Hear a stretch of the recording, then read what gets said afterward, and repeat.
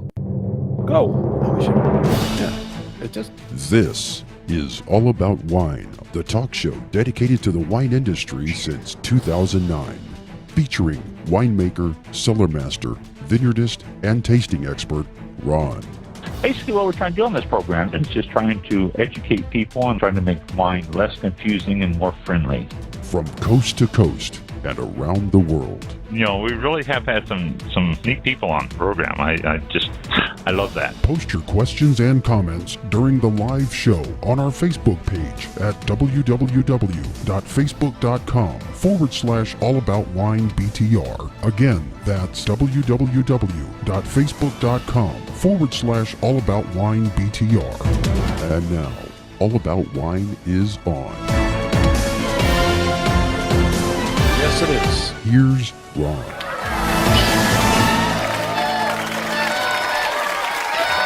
All right. Oh, that's still got the Blog Talk Radio icon on that too at the end there. Yeah, I need to update this thing. I saw. I think it was in the text also that was in there that it still has something about Blog Talk. I think it's in the exit too. The outro. It says. I'm sure it is there too. Yeah. I gotta check it out there, but Oh. I'll get it. All right, we're back. Next, yes, We were not Here we here are. last week. Technical difficulties on my end. We can't blame this one on Blog Talk Radio. That's true. Although Blog Talk Radio did give us a lot of fits, but this particular time it wasn't Blog Talk Radio. It was me. You know what though? How do we know it wasn't on your end? I think I'm going to write them back and say, hey, go back in service. I think we found the problem. And then, 100,000 people will rejoin them and go, wait a minute, they're the ones that were doing this? they were the ones. Yeah. But then we'll get our names out there a lot that way too.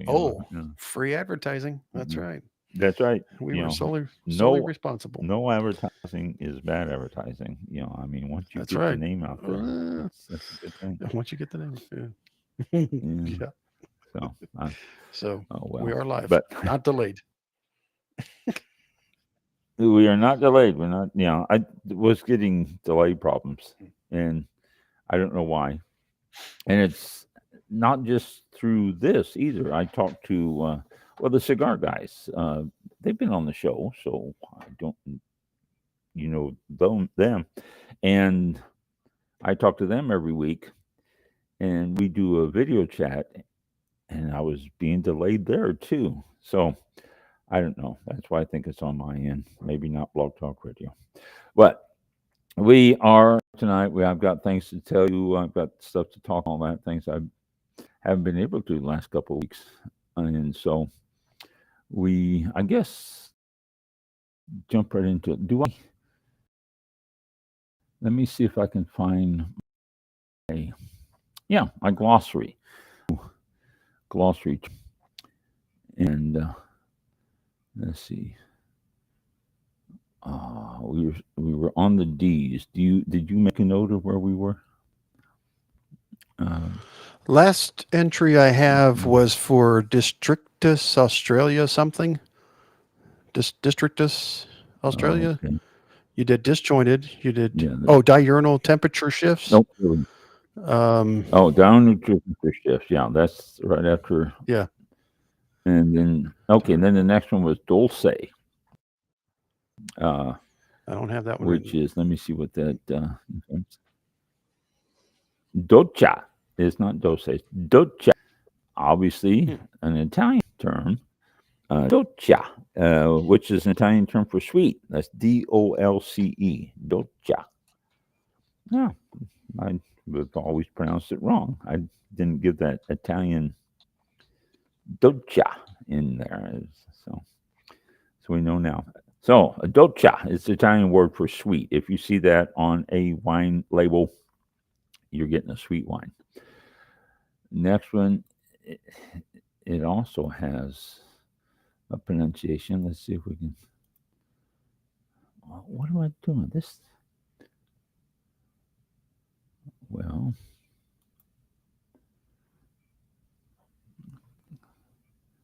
Boy, this computer slow. That could be why my delay is.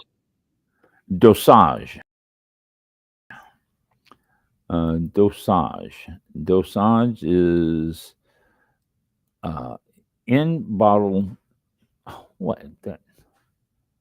Oh no! Oh no!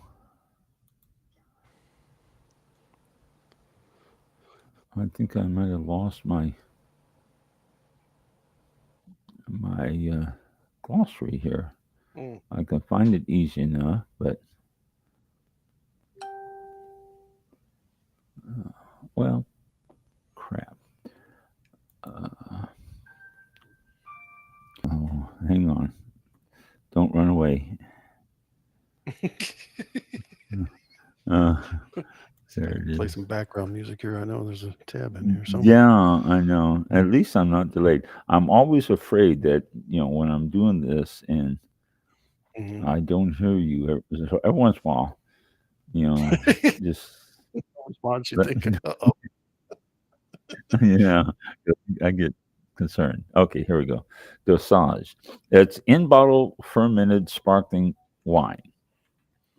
A small amount of wine, usually mixed with sugar, that is added back to the bottle once the yeast sediment that collects in the neck of the bottle is disgorged, also known as liquor expediation. Okay, champagne bottles or sparkling wine bottles, whatever, are set with the neck down. The sediments settle in the neck, and they do have sediments because it's still usually fermenting in the bottle.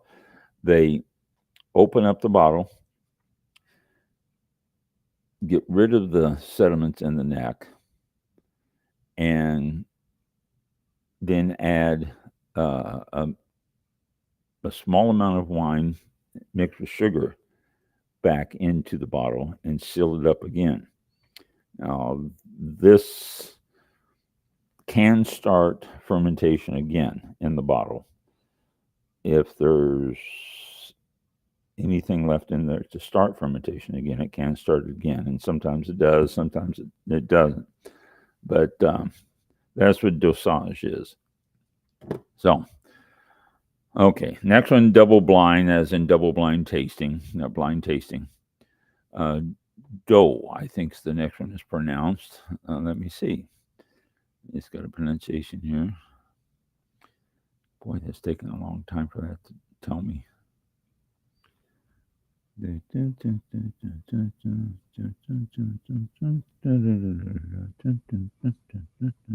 is it taking so long for that to pronounce? That usually pops right up. Okay, let's just eliminate that. Doux, D-O-U-X. This is designated a sweet champagne or sparkling wine. Okay, Doux, D-O-U-X. In champagne, the scale from driest to sweetest is, this is the driest to sweetest now. Excuse me. Brut nature is the driest. Extra brut is the next. Brut is next. Extra dry or extra sec, S-E-C, is the next. Then dry or sec, S-E-C. Then demi-sec, and then doux. That is the sweetest. So if you see a champagne marked D-O-U-X, you are going to get a sweet champagne. Then the demi-sec is next. Dry in champagne is not really particularly dry. Brut is what you're looking for. Brut nature, extra brut, or brut. Those are your dry ones. And then when it starts saying dry, those start to get sweeter. It's confusing, I know, but that's what they did. Doux champagne. This has a dosage level that yields more than GL of residual sugar, which is high. 50 is really high. So if you get one that's Doux, D-O-U-X, then that is pretty sweet champagne. Drip irrigation. This is an irrigation process associated with grape growing. Hoses with individual spouts for each vine delivers precise amounts of water, drop by drop. This saves water and allows grape growers to carefully control the water vines receive in dry areas. They have black tubing. You tie it onto the trestles. In those black tubings, you've got a little drip head that you puncture right into this black tubing, which is water lines. You punch it into it, and it drips at a given rate. There are all sorts of different rates that you can get on these little spouts. And so you can set it up so it drips a lot, and then set your timer for whatever time you want it to come on. You can get it to drip a little and keep it on for a longer time. It just depends on how you want it and how much water you want it, and it's up to you. Dry, having no perceptual taste of sugar. Most wine tasters begin to perceive sugar levels at 0.5% to 0.7%. So remember, sweet and dry. Dry is not wet and dry. Dry is the opposite of sweet when it comes to wine. So if something is dry, it means it is not sweet. People, especially young wine, not young, but beginning wine drinkers, get confused. Oh, this wine is dry. And they go, what, dry? How can it be dry? It's wet. No, dry doesn't mean dry. Dry means no sugar dry. Next one, dries in champagne. This has a dosage level that yields 17 to 32% of residual sugar. Not real dry. You're getting some sweetness there. Dries and sparkling. It's a misleading term which designates a fairly sweet champagne or sparkling wine. In champagne, the scale from driest to sweet is, and I just told you that, brut nature and all the way to dough. Dry farming, agricultural technique that prohibits irrigation. It is mandatory in some wine regions and in most of Europe, and strongly encouraged in other drought-susceptible areas such as California's Paso Robles, Sierra Foothills, and Santa Barbara County. It is becoming more and more popular to do dry farming because of the climate change. Some areas are not getting the rains, and so therefore the dry farming. Grapevines will seek water. They are not going to starve themselves. They will seek water. Grapevines will go down and continue to seek water. If you overwater a grapevine, what it does is tends to just throw the roots right up at the top, right below the surface, because it's getting all the water it needs right there, and it doesn't need to work for it. If you don't overwater it, if you keep the water levels low, or dry farming, if you will, then those roots will seek water. They will go down as far as they need to go to find water. Now, most of the time, there is a water table pretty close. They don't have to search too much. But some areas, it can be a task for those grapevines and roots to go down and find that water. But dry farming is really pretty popular. And again, in most of Europe, it's mandatory. So that's dry farming. Drying out, that's losing fruit or sweetness in sweet wines to the extent that acid, alcohol, or tannin dominate the taste. At this stage, the wine will not improve. too bad you're stuck right there.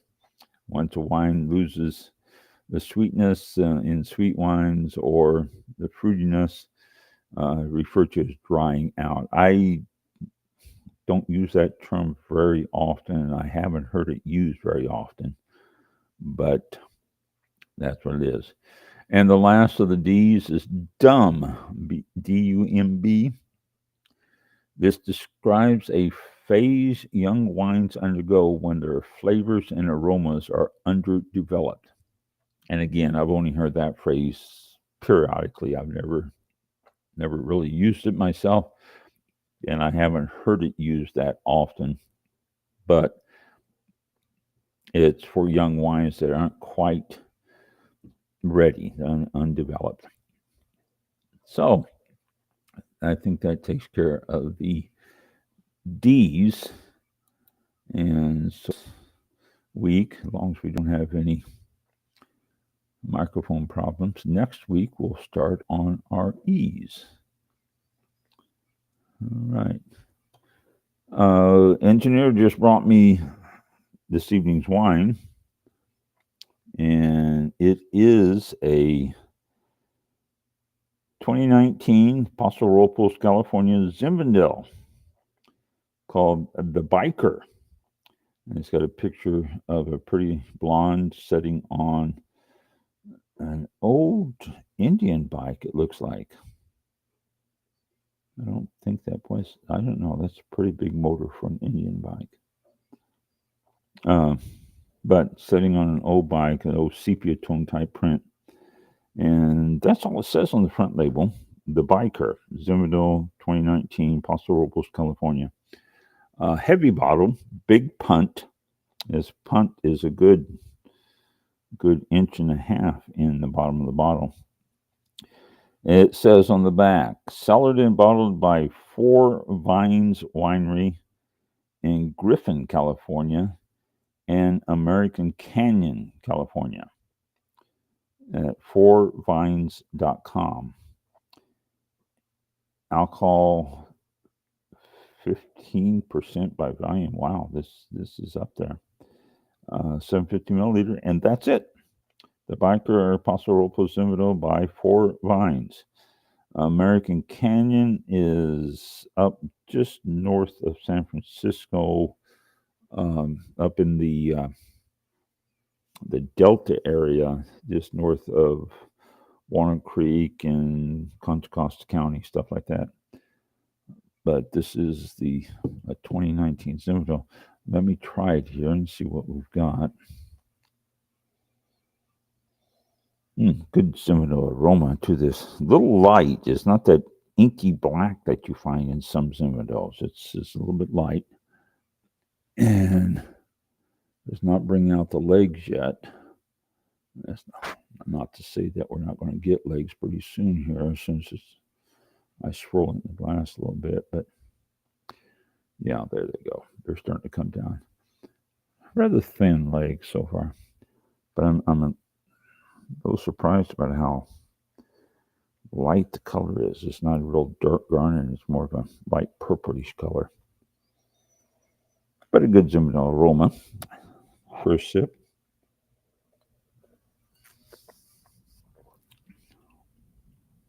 That's pleasant. That's pleasant. It's not the real heavy tannins that you find in a lot of Zinfandels. It's a little bit lighter and a little bit fruitier. It's got some good Zinfandel taste, pleasant aftertaste. The acid starts coming out a little bit in the initial taste, but then it sort of softens out, and you really don't get it. If that acid continued through, it would overpower that aftertaste, but I don't think it's doing that. I think it's very good. Let me do a second sip.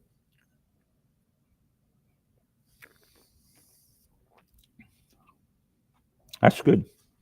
That's a good Zinfandel. It's got some good Zinfandel taste. Light, though, which shows it in the color and it shows it in the taste and the aroma.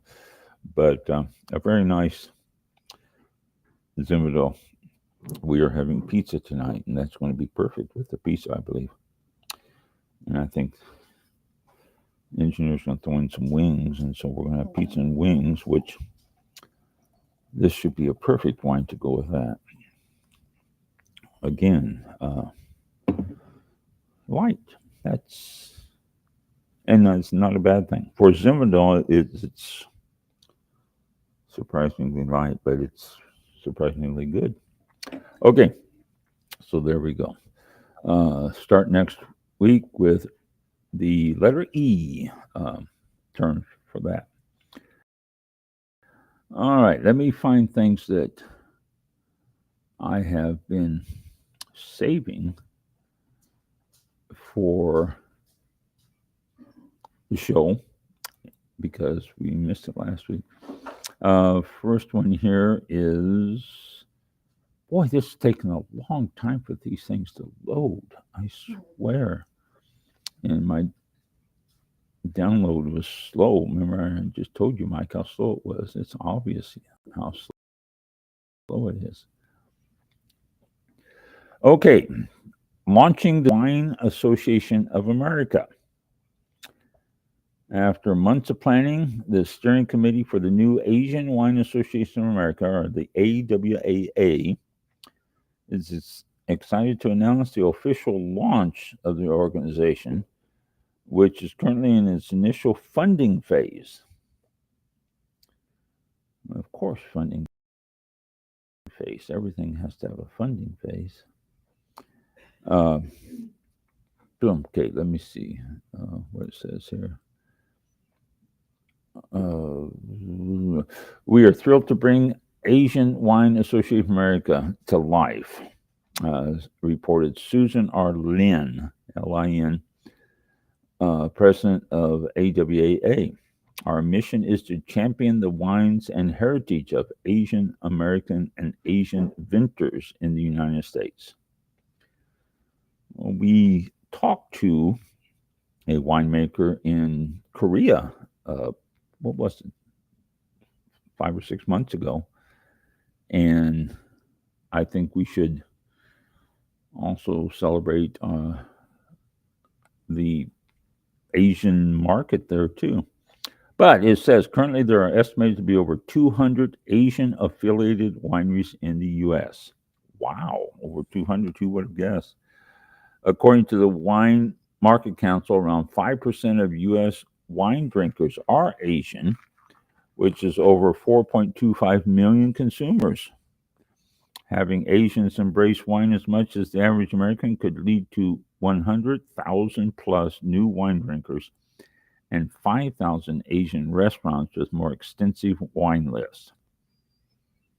Sounds good in the numbers, doesn't it?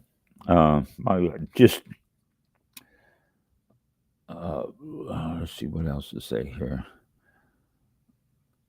Just tells about what they're doing and how they put the thing together, and list all the names who are principals in the AWAA's initial committee and what they did. But they're saying that they have help us fund the new Asian Wine Association of America. Susan Lin, who I just said that is the main principal of it, Peter Yang, Dr. Ronald Jan, Cale Anderson, Angela Shih, S-H-I-H, Dr. Mark Capablanco, Mike Dunn, Dr. Liz Thash, Sunny Yang Leo, and Jane Jiang. Obviously, I'm not good at pronouncing Asian names, but that is the AWAA committee there. Promotion and marketing efforts, outreach through events and tastings, communicate wine and Asian food culture, uplift future generations with professional development. So there you go. They're a 401c6 nonprofit trade association, and they're asking for your money so they can get going. So if you are so inclined, AWAA, Asian Wine Association of America.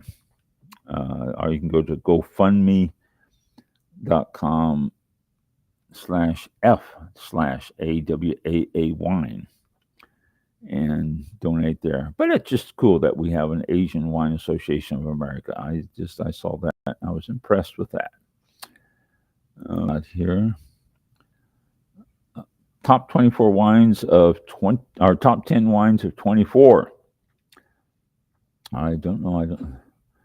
From the February 28th, 2025 issue of Wine Spectator magazine. And they are saying the top 20 or top 10 of 2025 is let me go down here to the bottom and go backward. That way it will hold your suspense a little bit more. Okay. Number 10, Frank Family Chardonnay Canaris. $40 at 2022, $40. California wine. 9, Real Vino Alberti Reserva 2019. It's $25 out of Spain. Next one is out of Argentina. It's a Bodegas Terraza de los Andes. It's a Melback. 2022. That's $20. There you go. If you're looking for a Melback, that's $20. That's a good price. 91 was the score. The next one was Dry Creek Sauvignon Blanc. It's California, 2022, $25. Number 6, Craggy Ridge Sauvignon Blanc out of Martinborough. This is New Zealand. They do the Sauvignon Blancs right. So that's why that's there. That's 94 points and $26 out of New Zealand. Antinori, Toscano Villa Antinori, 2021. It's a Chianti Classico Reserva, $25 out of Italy. That's a good price for Chianti Classico Reserva. Argyle, Pinot Noir Willamette Valley, 2022. Oregon, $28. Ruffino Chianti Classico Ducella Reserva, 2019. Obviously Italian, $25. That's a good price for a Chianti Classico. 92 points too, even better. Number 2, Roeder Estate, Brute Anderson Valley, non-vintage, California. 93 points and $32. And don't have number 1 on this list. Well, that's a bite. Well, I'll see if I can't find that. I think I already mentioned these last year anyway, at the end of the year when they first came out. So we can refer back to that. Okay, next thing we have here is, well, that's the next launch.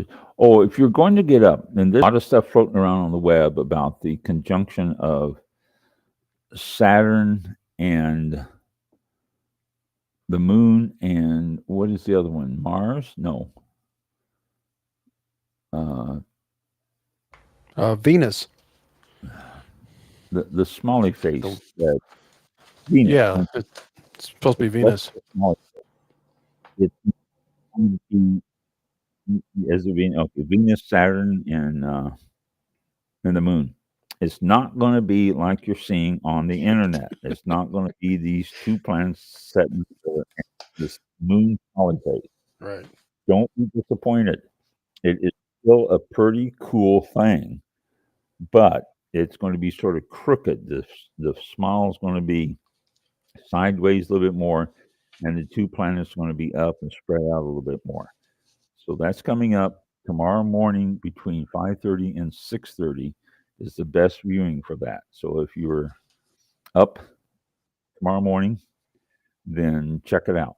If you're not up, then I'm sure that the TV news will have it on quite a few times. But it's a cool thing. You don't see that very often.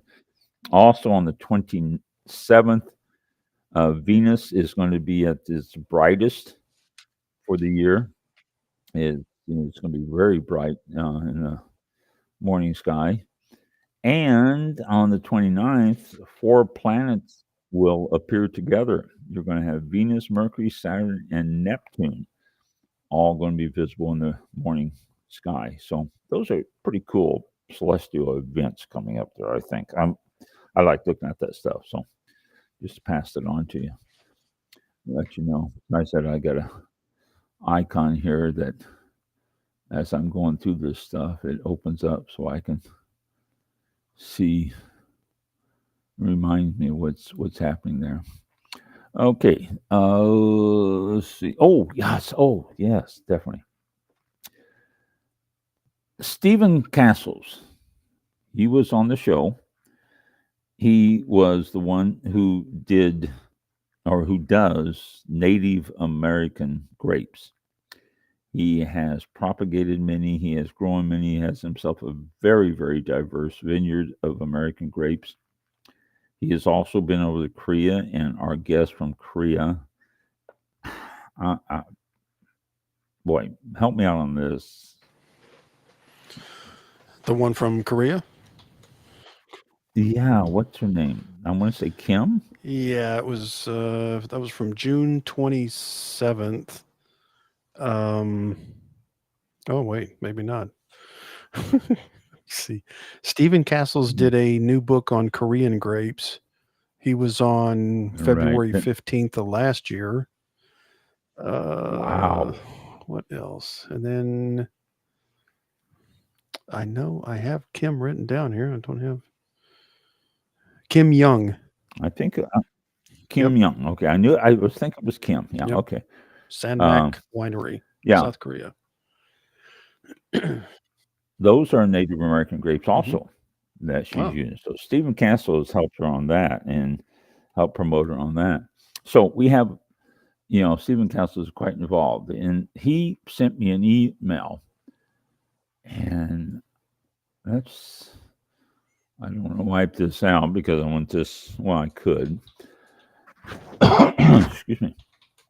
He sent me an email. He came up with a new wine evaluation schematic, he calls it. He's got it copyrighted. It's a schematic to identify, evaluate, and assess wine aroma, bouquet, flavor, and overall quality. We've all seen the aroma wheel, okay? And if you haven't, you should become familiar with it. The aroma wheel basically tells you what the aromas in wine are and what you're tasting. And if you're tasting it, you can trace it down and find the roots. And it's pretty cool. Aroma wheel, pretty good. This takes it further. This really, it's a fantastic little chart he made up here. The inner circle has earthy, aromatics, chemical, mouthfeel, appearance, and overall score that you can put together on a wine. And it goes out to the wheel to like the mouthfeel has acid profile, viscosity or the body, balance, and earth. And then those go out like acid profile goes out to bright, approachable, fresh, flabby, firm, crisp, unbalanced, muddied, milky, disjointed, and bland. Those are the possibilities he has in there. So these are all terms that you use every once in a while. He's got this great little thing here, great little schematic here, and it's got the back side of it. Excuse me again. The back side of it is also takes it a step further and has a big category of fruity, and I can't read that. That's sideways. I don't know. a woody, that's upside down, nutty, caramel, oxidative, pungent. I can't read that. That's sideways too. Spicy, floral. And then it goes into categories on those even further, like nutty, for example. Well, the second line is nutty again. Herbaceous is that one I can pronounce or can read. But nutty again, it got walnuts, hazelnut, almond, vanilla, butternut, butterscotch, and scotch. These are all into that. But it's a great little, and the fruit, he has all sorts of fruits and stuff. It's a great chart, like the aroma wheel, only taken not just a step further, but like 10 steps further. And he sent me a copy of it. And he also, I got to find that email. I have to read it to you the best way. What did I do with let me find that. I'm searching here. And as soon as I find it, it should be pretty easy because I put notes by it and put highlights by it so that I wouldn't misplace it. And also to remind me not to wipe it out when I was going through stuff. Okay, here we go.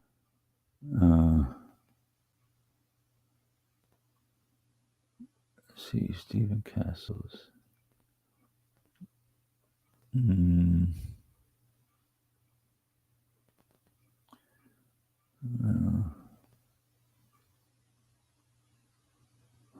Not there.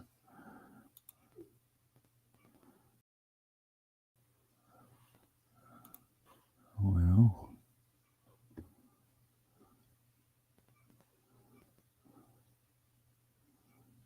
oh, crap.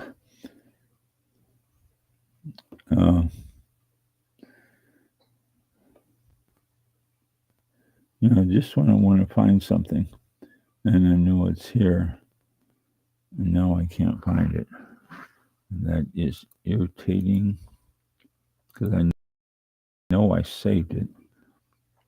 Maybe I'm looking in the wrong areas here.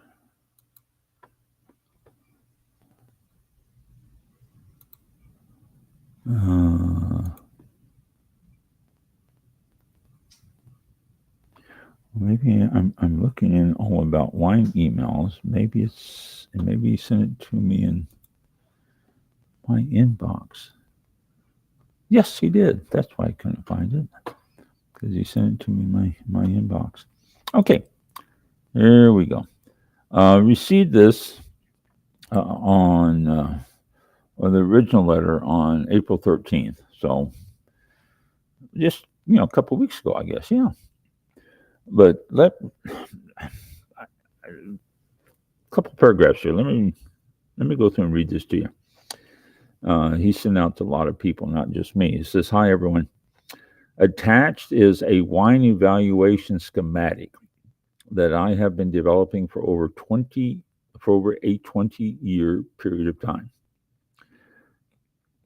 As I was writing my book on Hudson Valley heritage grape varieties and various articles from UMass Amherst, Rutgers University, the American Wine Society, and Hudson Valley Wine Magazine, I needed my own tool to help evaluate and describe various wines." The man is very prolific. He really is, as far as his writing and everything. "I just got it copyrighted, so here it is. Hope you will find this useful. I have sent it to the American Wine Society to have them give it to their new members. It is not like other wine charts because it covers not only aromas, but flavors, balance, bouquet, faults, mouthfeel, appearance, aromatics, and very detailed flavor profiles for wines, and sets out an overall score for a wine." And that's on there also. "Hope this helps you in your work. Enjoy it. While I know that you all most concentrate on growing and describing fruits, your work is does or may in the future cross over to evaluating wine. Now, if I read the second paragraph, well, let me read the second paragraph. I think some of you know that I was diagnosed with both lung and kidney cancer. I did not know that until I got this email. My docs say that both are not super aggressive, which is encouraging, but for the next 5 or 6 months or so, I will be either having or recovering from these surgeries. My third surgery on my lungs will be 4/18, which was just passed. I think some of you know this, but I wanted to tell you all. I am rather nervous and scared about all of this and hope all will be fine. Finalizing this wine evaluation schematic is something that was on my bucket list. Well, it is now done and been copyrighted. I hope that this schematic helps you in your work. Please feel free to share this with your colleagues. My hope is that you will make this wine evaluation schematic your own and add new elements to it to make it a tool that will be of use to you in your evaluation of wine and writing about it. Enjoy. He said, share it. I am going to take a copy of this and put it on Facebook. Anybody who wants to use it may use it. If you use it in publications or stuff, it is copyrighted. Be sure to give Stephen Cancels a credit for it. And that's Cancels, Casscles. It's pronounced Cancels. After I received this email, I sent him a quick one that says, hey, Stephen, thank you so much for sending me your new wine evaluation schematic. It is very helpful. My thoughts and prayers are with you as you battle your cancers. Hang in there. Thanks again, Ron. He writes back, thank you for your kind thoughts. Hope the wine evaluation schematic will be of use to you. Feel free to share it with your colleagues. The docs are encouraging and on my prognosis. I hope they are right. If you want to report on the existence of it, be my guest. So therefore, you all know it now. You've heard it. I've shared it with you. If you are one to pray for Stephen Cancels. If you're one to wish good thoughts, do that. Whatever method, he's a good guy. And he's really knowledgeable and all that. He's so prolific on his writings. You can pick up all sorts of books on American grapes and stuff. So, but I will put out this wine evaluation schematic. I will put it up on the Facebook page, or I'll get it out there so you all can use it. Again, I remind you, be sure that you give credit to him. It is a copyrighted piece of work, so you have to give credit to him. But that something that's I wanted to share with you. I've been waiting for a couple of weeks to share that with you. Okay, let me find the next thing that I want to talk about.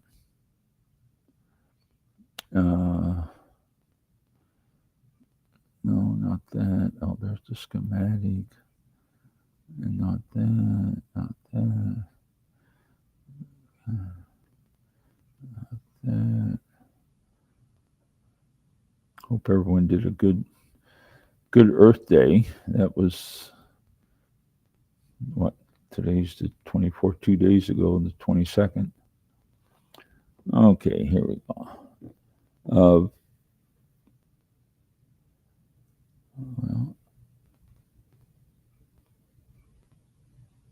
Okay, here we go. This is from a email I got from Courtney Shizesi Magrini. I have no idea. She is a writer, senior editor for 750 Daily. You can subscribe to 750 Daily too. It's pretty good. They send out some pretty neat stuff. And they talk about alcohol. They don't talk just about wine, but they talk about alcohol. But there's usually a lot of very good articles about wine. One here that I just want to hit lightly on. It says that in areas known for their reds is white wine in the future. And it was interesting. I read through the article, and it was an interesting article on the fact that because of the climate change, white wine might be better suited for some of the regions that the reds are grown in now. The whites can tolerate some of the heat and all that a little bit better. The reds can be damaged on the vine. And so she's making the suggestion that this could be the future of wines in some of these areas that we're so used to having reds coming out with some white wines. And the prediction is some very good white wines too, because they'll have just the right amount of heat and all that. Okay. Tariffs. Oh, here we go again. We've all talked about tariffs. We've all heard about tariffs. Some people have lost money in the stock market and some people just ignore it, and some people gripe about it all the time. Regardless of what your emotions are, what your feelings are, tariffs will affect us one way or the other, and they will. There's, the president's getting up there playing with the tariffs, and other countries are battling against them. But the thing is that the tariffs aren't, well, again, with the president has backed off a little bit on some of the tariffs, so that's a good thing. We aren't getting as many complaints about it from different countries. But he still, oh, come on now, what is, I won't, that's not what I want. Why computers? Okay, I'm not going to read this. It's a pretty long article. I'm not going to go through the whole thing. But I'm just going to hit a few highlights here. The tariff landscape in 2025 has been a roller coaster for importers. There's frustration over the stop and start nature of tariff announcements, which makes it nearly impossible to plan. This is data from the Wine and Spirits Wholesalers of America, called SipSource, which is based on distributor depletion data, indicates that 2025 will be a down year, with wine and spirits stabilizing in negative territory. In other words, it's not going to be a good year for wine and spirits. Even though the heaviest tariffs on alcohol have been postponed, for now anyway, all imported goods are currently subject to a 10% levies, which they pretty much have been. And China has hit us with tariffs, and a lot of other countries have. We haven't heard so much about what everybody does on tariffs. It has been something that we've ignored. That, well, I don't know about ignored. It's something that we're not aware of, I think is a better word for it. And since it's starting to become more and more noticeable, more and more in the limelight, then we're starting to hear about all these other countries that are putting tariffs on wines and stuff that has always been there. So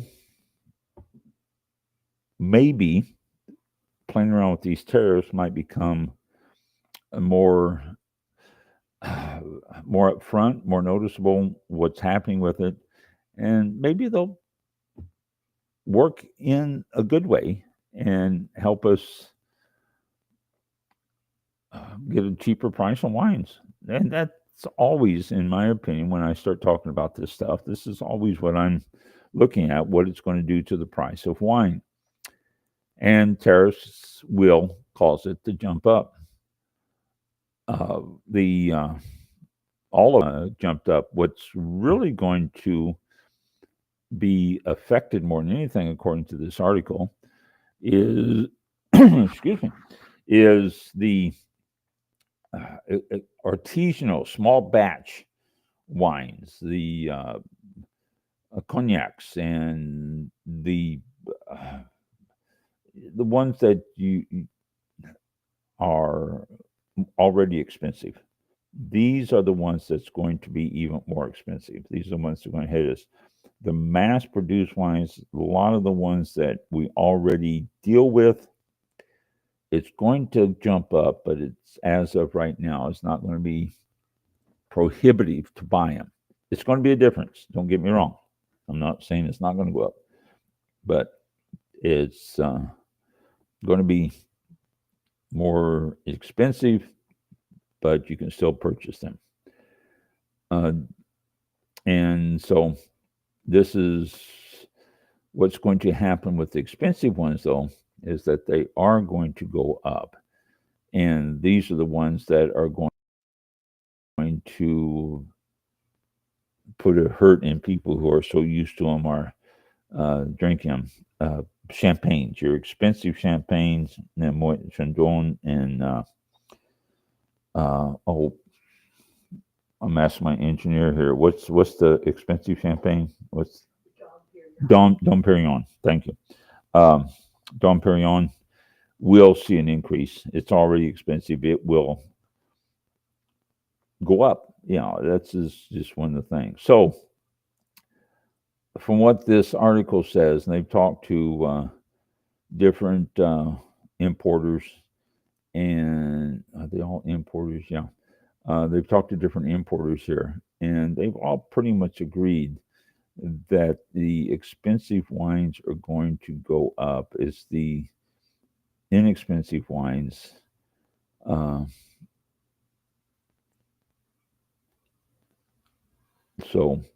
And here's one.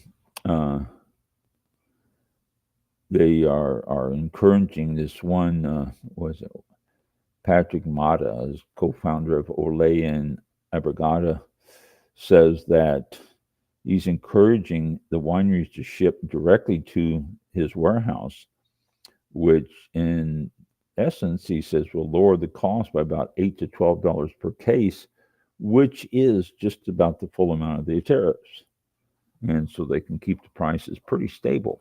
So there's ways to get around it, and they're working on it. And these different importers and different people are doing what they can to try to keep the prices down, not only for themselves, but for you, basically, trying to keep it affordable for everyone out there, because they realize that if these prices go up too much, it's going to affect them a lot. And so they're trying to keep the prices in a reasonable range here and do what they can. There's this Harman Skurnik, who is the president of Skurnik Wine and Spirits, says the industry is fully aligned on this issue of tariffs. Even American wine producers are mostly anti-tariff and for free trade.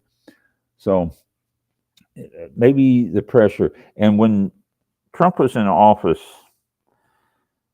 4+ years ago, 4.5 years ago, he was putting tariffs on stuff then, and he tried to put tariffs on wine, and wine industry talked to him about it and put pressure on him not to, and he backed off. We don't know if that's going to happen this time, but we can only hope that it will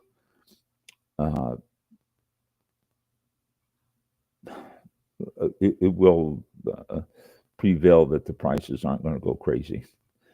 And that is the hope, but we'll see.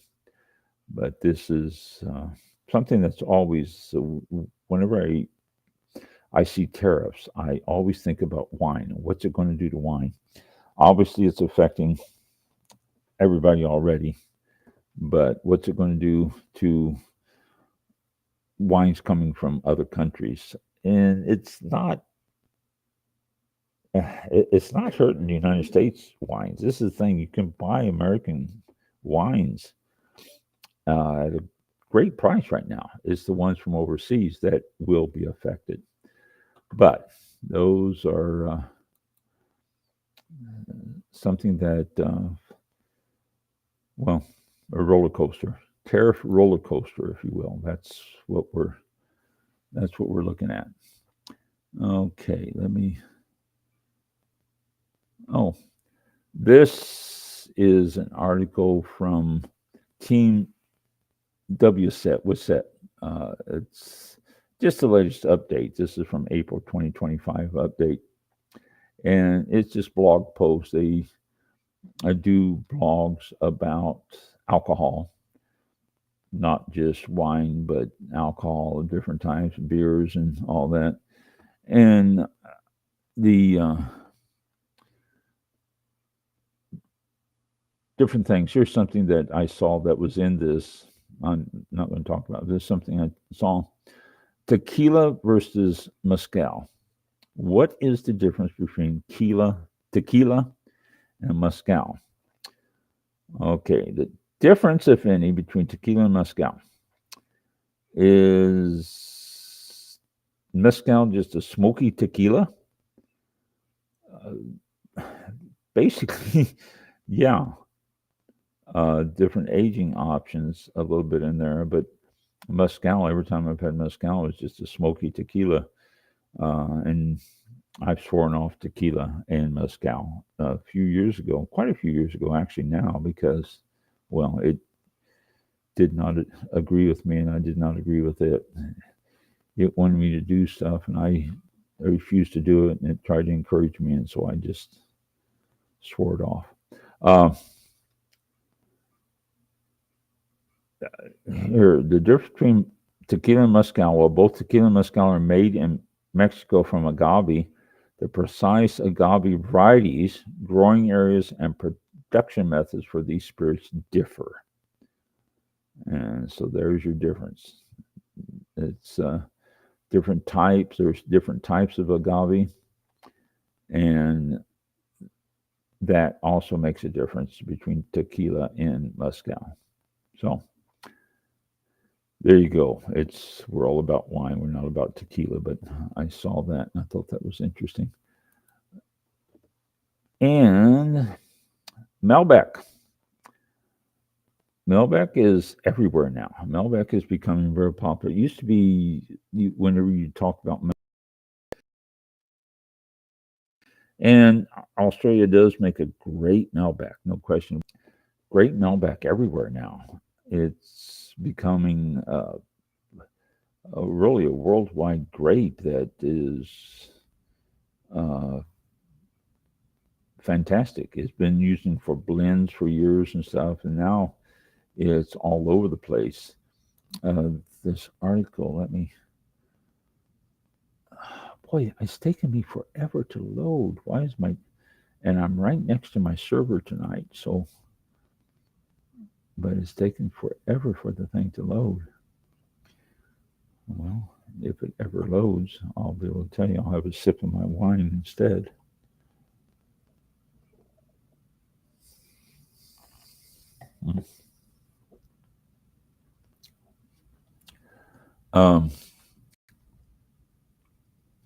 World Malbec Day. When was that? Oh, I've been missing my wine holidays, haven't I?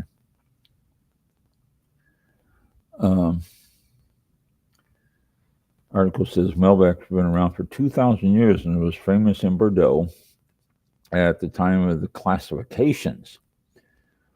Actually, at the time of the classifications, Malbec was planted more than Cabernet. And since then, Cabernet has taken over. Malbec is actually Argentina. I said Australia. My bad. Argentina is where Malbec is really taken off and doing some great stuff. So Malbecs are becoming more and more popular. If you have not had Malbec, or if you've only had it in a blend, try it by itself. It is some fantastic wine. It's a nice red wine with some great flavors and great aroma. So try some Malbec. Last Thursday, we were not on the air because we were celebrating Malbec World Day. So All right, there you April go. 17th. Well, we had other. Yeah, I knew it was pretty It close. was. It was last Thursday, Yeah, and it last Thursday. celebrated on April 17th to commemorate the day on which President Domingo Faustino Sarmiento of Argentina officially made it his mission to transform Argentina's wine industry. And that's All on the right. 17th of April. Well, very good. Just Good missed it. information. Where that? That was back in Yeah. 1853. Wow.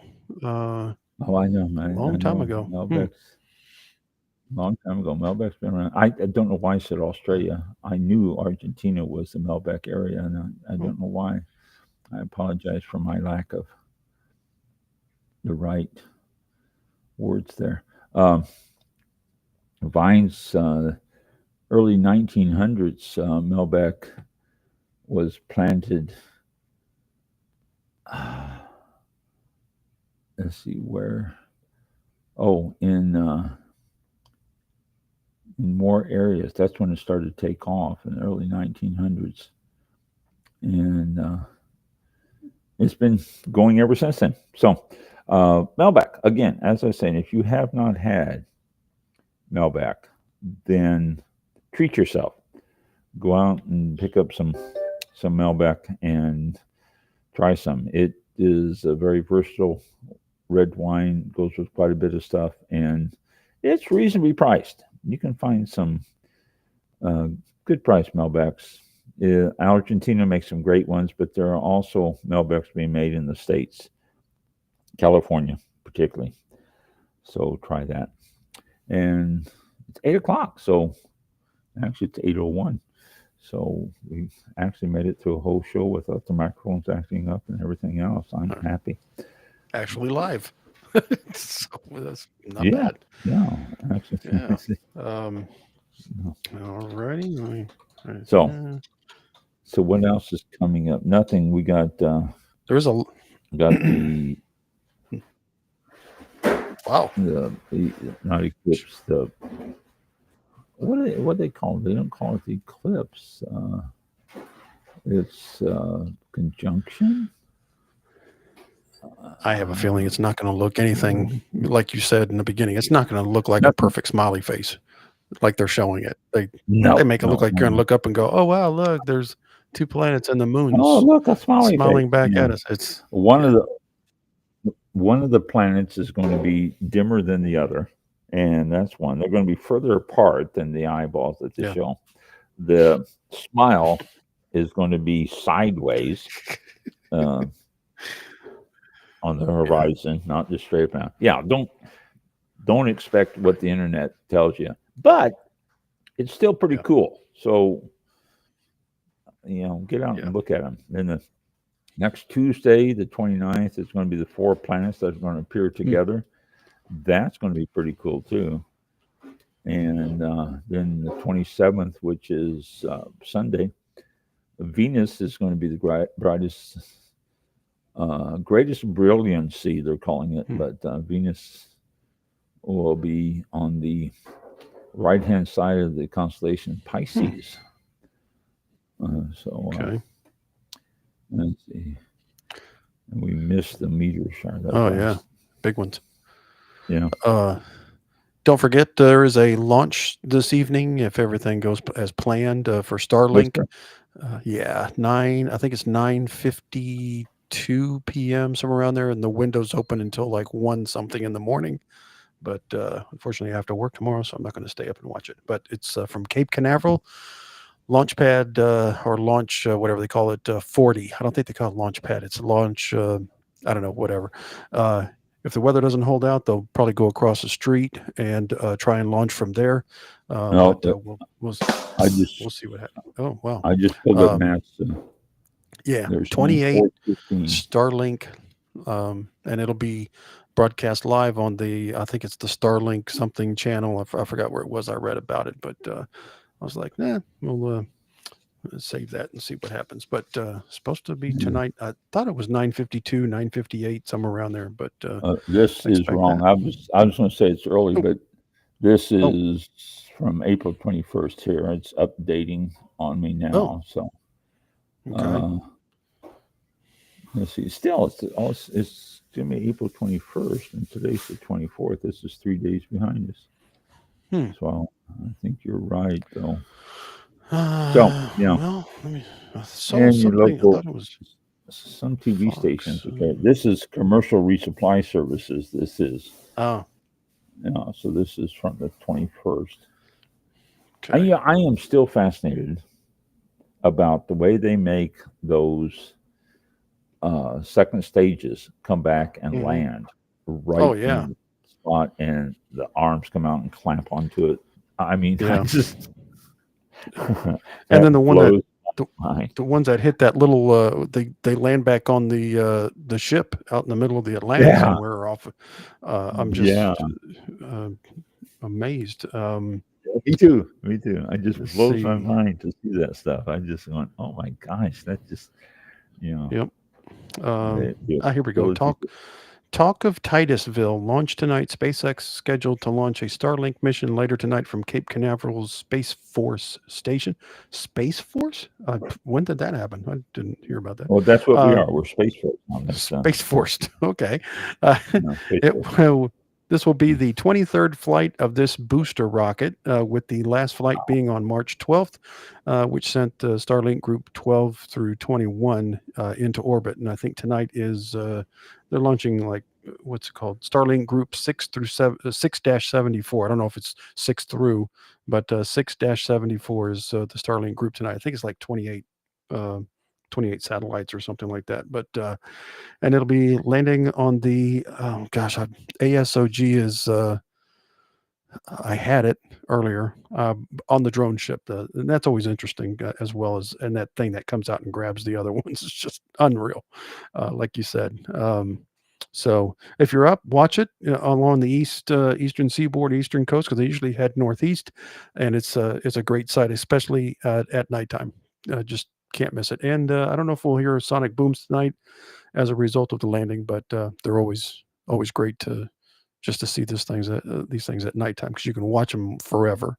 So stay tuned to that. And 9:52 p.m. if it goes off. So good luck. And I think we lost Ron. Hang on a second. I do believe we lost Ron. I'm going to. We'll be back May 1st for All About Wine. Yeah, Ron's disconnected. We'll be back May 1st. Please join us next Thursday at 7 p.m. Eastern Time, live on social media. We're on YouTube and on Facebook, and you can listen to the archives on rss.com. I'll give you more information on that after a while, but we're on there. And still trying to connect with Apple iTunes to get the show redistributed again there. And it I don't know if it's missing it or what's going on, but I have to do some research on that. Thanks for tuning in. Have a great week and a weekend ahead. And we'll talk to you all next week. May the 1st, right here. Thank you. This concludes tonight's broadcast of All About Wine with your host, Ron. For show information, links to All About Wine on Twitter and Facebook, or to be a guest on this show, visit the show website at www.allaboutwinebtr.com. Archived shows are available for download on iTunes or on our show page at blogtalkradio.com/allaboutwine. Thank you for listening. Drink responsibly, and we'll see you next time on All About Wine.